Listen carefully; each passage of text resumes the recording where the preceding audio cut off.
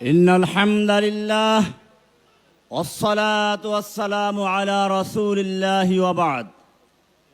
वाकिफ तो है इस राज से ये दार रसन भी, हर दौर में तकमील वफा हमसे हुई है। कर बुलबुल ताऊस की तकलीद से तौबा, कर बुलबुल ताऊस की तकलीद से तौबा। बुलबुल फकत आवाज है, ताऊस फकत रंग। हिजबुत তাওহীদ নামটা অনেক চমৎকার। এই নামের ভিতরে লুকিয়ে আছে ইসলামকে মূলের থেকে উৎপাটন করার জন্য এক গভীর নীল নকশা। ইংরেজরা যখন আলেম ওলামাদেরকে হত্যা করে ধ্বংস করে ইসলামকে নির্মূল করতে পারেনি, তখন তারা ইসলামের মূলে আঘাত করার জন্য, আকীদা নষ্ট করার জন্য গোলাম আহমদ কাদিয়ানীকে জন্ম দিয়েছিল। সেই গোলাম আহমদ কাদিয়ানী খতমে নবুয়ত আক্রমণ করেছিল। কিন্তু হিজবুত তাওহীদ শুধু খতমে নবুয়ত নয়, সরাসরি ইসলামের উপরে, ইসলামের নবীদের উপরে, ইসলামের ইবাদতের উপরে, ইলমুল গায়বের উপরে এবং আখিরাতের উপরে সরাসরি আক্রমণ করেছে। আল্লাহর নবীর মাধ্যমে যে ইসলাম এসেছে, আল্লাহর নবী বলেছেন সাল্লু কামা রাআইতুমুনি উসাল্লি, সালাত আমাকে দেখে শিক্ষা করো। তিনি বলেন নাই সালাত শিক্ষা করো কোরআন পড়ে, সালাত শিক্ষা করো আমার হাদিস পড়ে। সরাসরি বলেছেন সাল্লু কামা রাআইতুমুনি উসাল্লি, আমাকে দেখে দেখে সালাত শিক্ষা করো। হজকে শিক্ষা দিয়েছেন, বলেন নাই খুযু মানাসিকাকুম মিনাল কিতাবি ওয়াস সুন্নাহ, কোরআন সুন্নাহ পড়াশোনা করে হজ শিক্ষা করো। তিনি বলেছেন খুযু মানাসিকাকুম আন্নি, আমার থেকে দেখে দেখে হজ শিক্ষা করো। আল্লাহর নবীকে দেখে সাহাবায়ে কেরাম হজ শিখেছেন, নামাজ শিখেছেন, ইসলাম শিখেছেন। সেটাই প্রচলিত ইসলাম। এই প্রচলিত ইসলামকে যারা প্রত্যাখ্যান করে নতুন ইসলাম তৈরি করেছে, ও আমার জাতি জিজ্ঞেস করতে চায় তারা মুসলমান না কাফের? শুধু এ পর্যন্তই না, ইসলামকে প্রচলিত ইসলাম বলে ইসলামের বিরুদ্ধে গোটা বিশ্বের মুসলিমদের আকীদাকে ধ্বংস করার চক্রান্ত করছে। এরপরে তাওহীদ ইসলামের একটি মৌলিক আকীদা, বিশ্বাসের মূল ভিত্তি।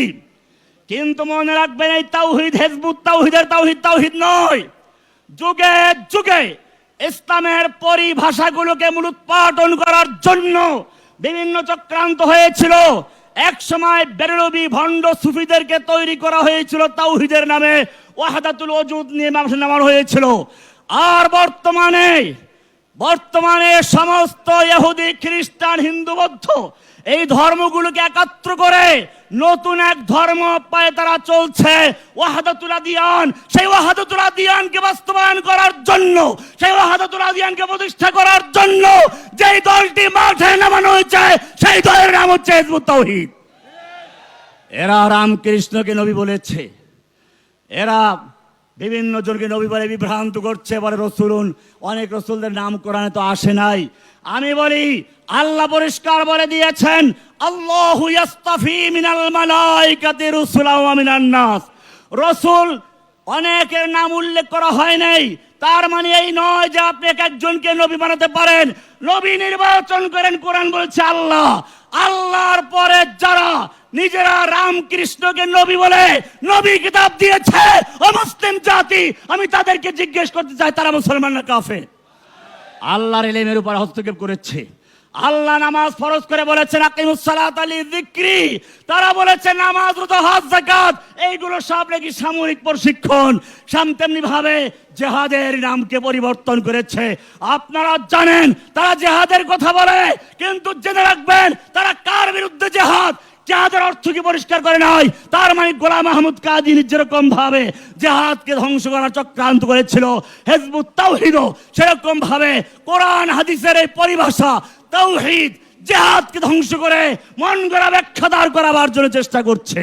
আমি জিজ্ঞেস করতে চাই, এই হিজবুত তাওহীদকে নির্মূল করার জন্য শুধু হিজবুত তাওহীদ নয়, এখানে আছে আল্লাহর দল, এখানে আছে ইমাম মাহমুদ কাফেলা, এখানে আছে আরো অনেকগুলো ভণ্ড প্রতারক। যদি তাদের বিরুদ্ধে প্রয়োজনে বুকে তাজা রক্ত মাঠে ঢেলে দিতে হয়। ও আমার জাতি জিজ্ঞেস করতে চাই, তোমরা রাজি আছো কিনা? बातिल से दबने वाली आया आसमान ही हम, हर दौर में तकमील वफा हमसे हुई है। आखिर दावाना अल्हम्दुलिल्लाहि रब्बिल आलमीन। अस्सलामु अलैकुम व रहमतुल्लाहि व बरकातुहू।